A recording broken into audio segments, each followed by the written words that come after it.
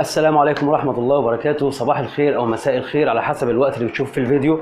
النهارده يا جماعة هنتكلم عن وصفة رهيبة جدا. الوصفة ديت بتعالج حاجات كتير قوي. بتعمل ايه؟ بتخلي الشعر يطول بسرعة. الناس اللي شعرها ما بيطولش بسرعة، الناس اللي شعرها جاف، الناس اللي شعرها ما بيلمعش، الناس اللي شعرها فيه دهون كتير، الناس اللي عندها قشرة كتير، الناس اللي عندها شعر أبيض في وقت مش وقته. يعني الشعر الأبيض المفروض بيظهر من بعد سن ال40. لو انت مثلا شاب اصغر من كده وعندك شعر ابيض، الشعر الوصفه ديت بتخلي الشعر الابيض دوت بيرجع تاني اسود، وبيخلي ليه حيويه وريحه كويسه جدا.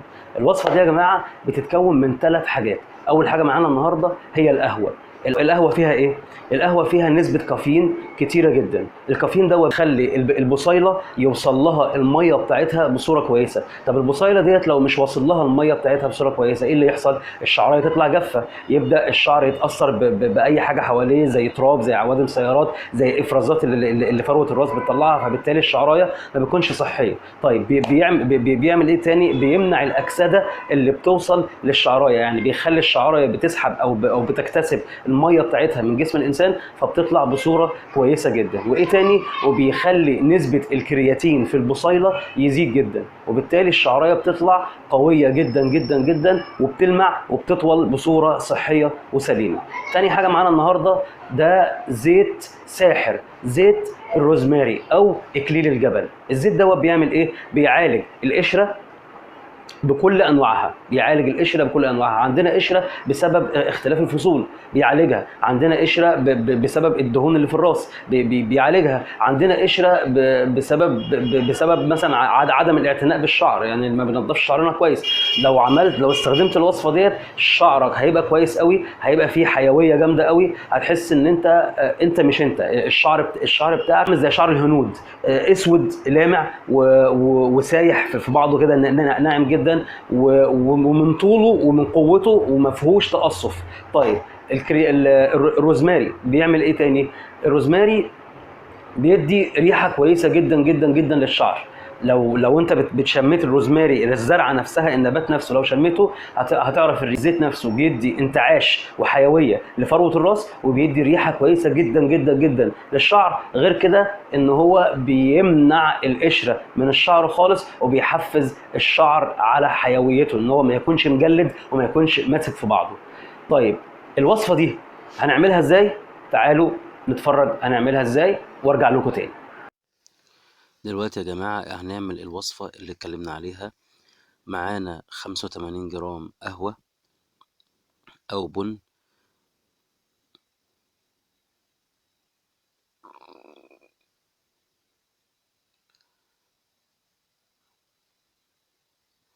ومعايا ازازة فاضية هي بتاعت حاجة ساقعة، بس أنا عشان ملقتش عبوة فاضية من اللي اتباعوا فجبت ديت وغسلتها وهحط فيها، وطبق بلاستيك ومعلقة بلاستيك عشان نقلب فيه الخليط. وده زيت روزماري 30 جرام، بتجيبه من عند العطار عادي، حاجة كويسة جدا. والزيت الروزماري زي ما اتكلمنا قبل كده وعرفنا ان هو مهم جدا جدا جدا للشعر، بيمنع التساقط وبيعزز على نمو الشعر وبيساعد على تطويله، وبيعمل حاجات كتير جدا للشعر، فوائده كتيرة جدا. يلا بينا نبدأ نعمل الوصفة بتاعتنا. أول حاجة هنحط كمية القهوة اللي معانا، مش شرط 85 جرام ومش شرط كمية معينة. هو الفكرة بس إن الكمية بتاعة القهوة لازم تكون نفس الكمية بتاعة الشامبو اللي هتتحط، ومش شرط يكون نوع شامبو معين، أي نوع شامبو عند حضرتك أو حضرتك. معانا الشامبو برضو 85 جرام، لأن القهوة اللي معانا 85 جرام، فلازم زي ما قلنا الكميتين لازم يكونوا متساويين.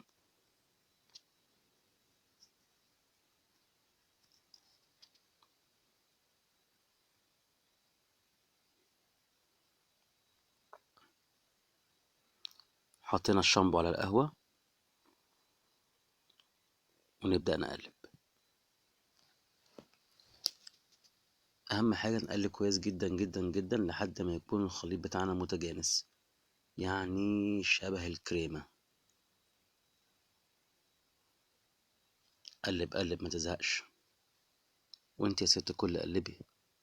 التقليب هو اللي هيخلي القهوة تدوب في الشامبو. أهم حاجة نوع القهوة اللي يكون محطوط يكون نوع سهل الذوبان. دوت بعد ما دابت شوية بس لسه محتاجة تاني.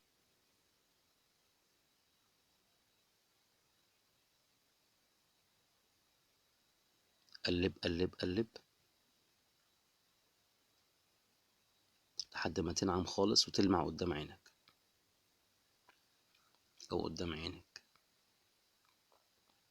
الوصفة دي يا جماعة زي ما قلنا لراجل أو ست، راجل عجوز، ست عجوزة، شاب صغير، طفل، بتنفع لكله. دلوقتي هنحط معلقة واحدة روزماري على التركيبة دي.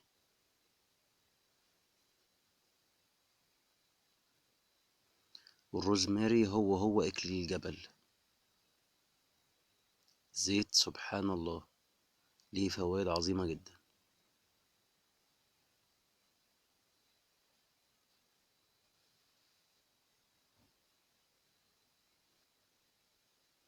نحط بالراحة عشان ما يقعش مننا في الطبق. معلقة واحدة بس، نوزعها على الوش عشان ايه لما نيجي نقلب يكون سهل معانا في التقليب. نقفل بقى الإزازة عشان الباقي ما يتدلقش منها، ونقلب تاني. نقعد نقلب كتير كتير لحد ما نحس ان الخليط بقى ناعم جدا جدا جدا معانا.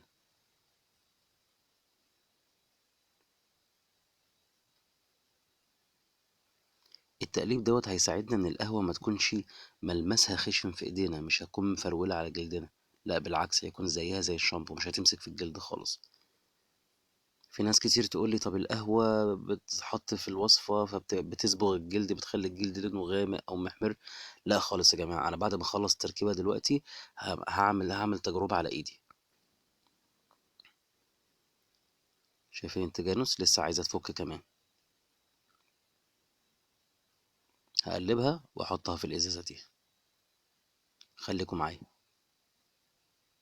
قلبتها وجبت قمع صغير كده عشان اعرف اعبيها في الازازة وهنفضي. دلوقتي انا عبيت الازازة خالص الحمد لله، الكمية جابت معايا الازازة بالظبط.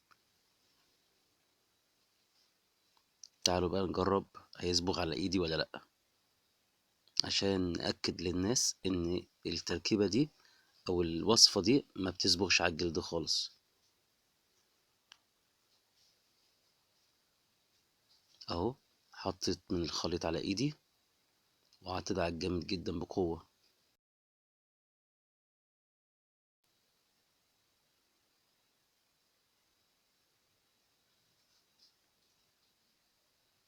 يلا بينا نغسل.